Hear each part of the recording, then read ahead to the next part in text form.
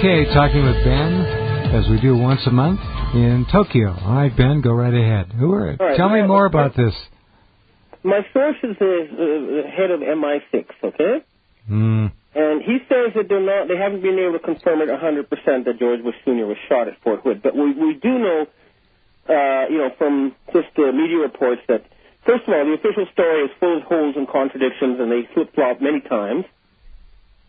First 3 killers and one, and the guy's dead, now he's alive, and then, just confusion. Common. And we know there are a bunch of limousines there at the time. Mm-hmm. And we know that George Bush Jr. immediately flew over there. And how do we know that? Wait and see. If he's dead, eventually they'll have to excuse me, Ben, how do we know that Jr. flew there immediately? How do we know this? Well, that's in, normal corporate media reports. That like people at AP or something was saying this. So this is how we know that. Okay. Allegedly to console the victims, right?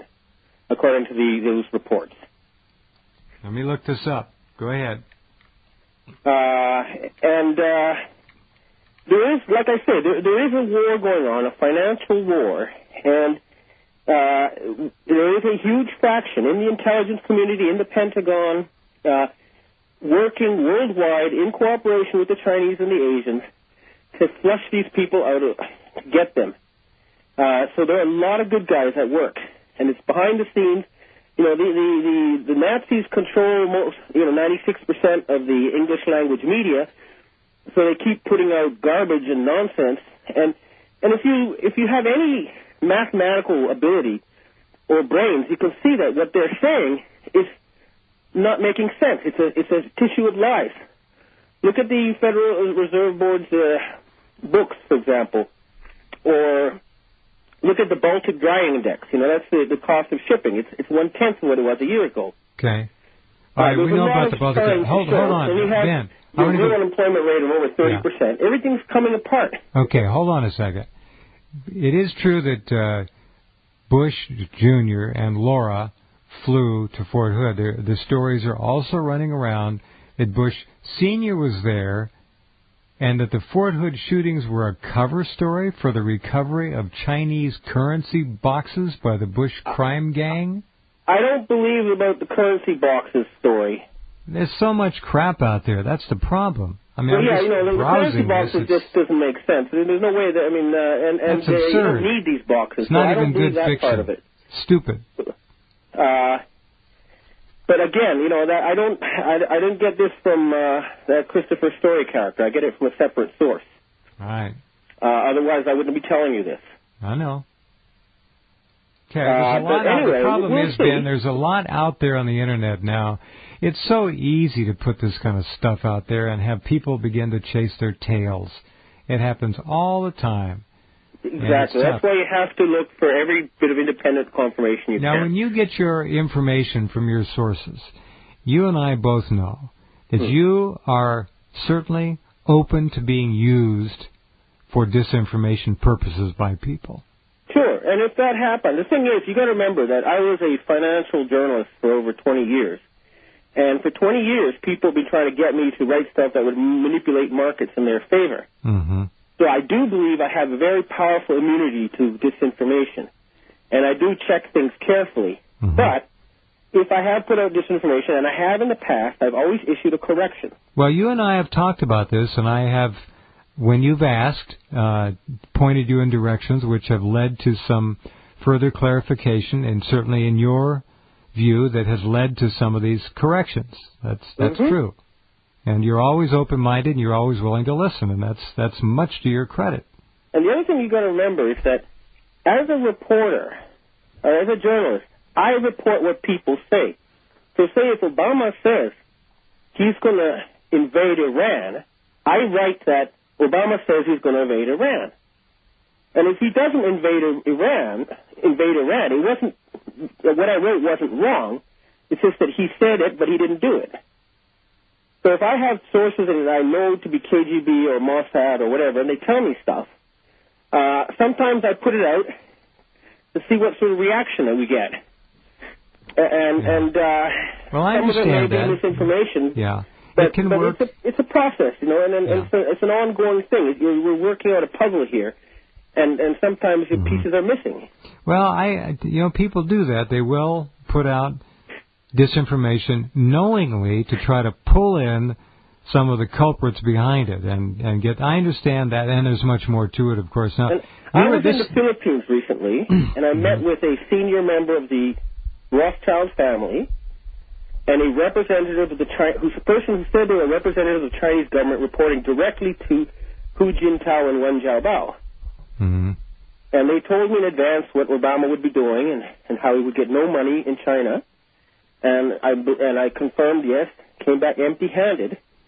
The other thing they confirmed to me is that, yes, indeed, the Federal Reserve Board and the Bank of England sent gold-plated tungsten to China, saying it was gold. And the Chinese drilled holes in it, and they found out that it was tungsten. And now the Feds are saying, oh, my gosh, oh, geez, that was just stuff we kept for display purposes. We'll get you the real gold. Just wait a minute.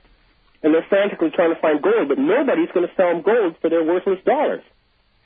And that is something I have confirmed from multiple direct sources. So there is a financial war going on, and it's also clear now that the people who are attacking the Fed also got a monopoly on the world's gold supply. So the crashing of your housing market and everything, that was part of an economic sabotage operation against the United States, that's for sure. And the goal was eventually to create the circumstances for a world government. This is for sure. But what's happened is that their plan is not working according to their plan. This much I can guarantee you is happening. And you'll be able to see it. What we're hearing now is that unless an agreement is reached to back the healthy dollars with gold, and then just eliminate all the derivatives dollars just erase them, all the stuff that was created fraudulently, then the dollar will go up. But if not, then it'll crash to 6 cents in January, February. And right now, the Feds are frantically calling every day asking for gold, and they're being told no. And the Chinese are telling the Feds that we will not buy any more treasuries unless they're backed by gold. And the Japanese are also no longer buying U.S. treasuries. Well, cooler heads prevail. There's serious economic warfare going on. Oh, yeah. Yep. Okay, back with Ben in just a couple minutes as we go into our final segment tonight on this Friday night, this weekend of Thanksgiving, American style. Every day should be Thanksgiving Day if you look at it properly. Be right back.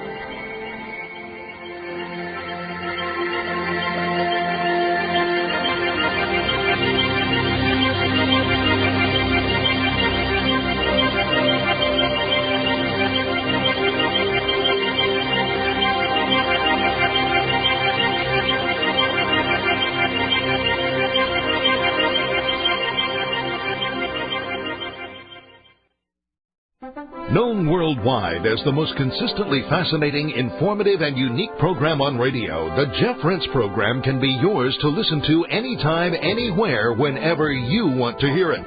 For pennies a day, our subscribers can download any of Jeff's thousands of programs featuring a treasury of newsmakers, researchers, eyewitnesses, and incredible subjects, all in MP3, commercial-free, crystal-clear 56-bit digital sound, and take these often unforgettable programs with them wherever they go. As a subscriber, you can also listen live at airtime, online, anywhere in the world, or browse through our archives of over 6,000 hours of legendary broadcasts. Subscribe now by taking the link at the top of Rense.com and enrich your mind with the most unique panorama of vital information and the best independent, honest journalism in radio. Look for the Subscribe Now link on Rense.com and give yourself the knowledge you need.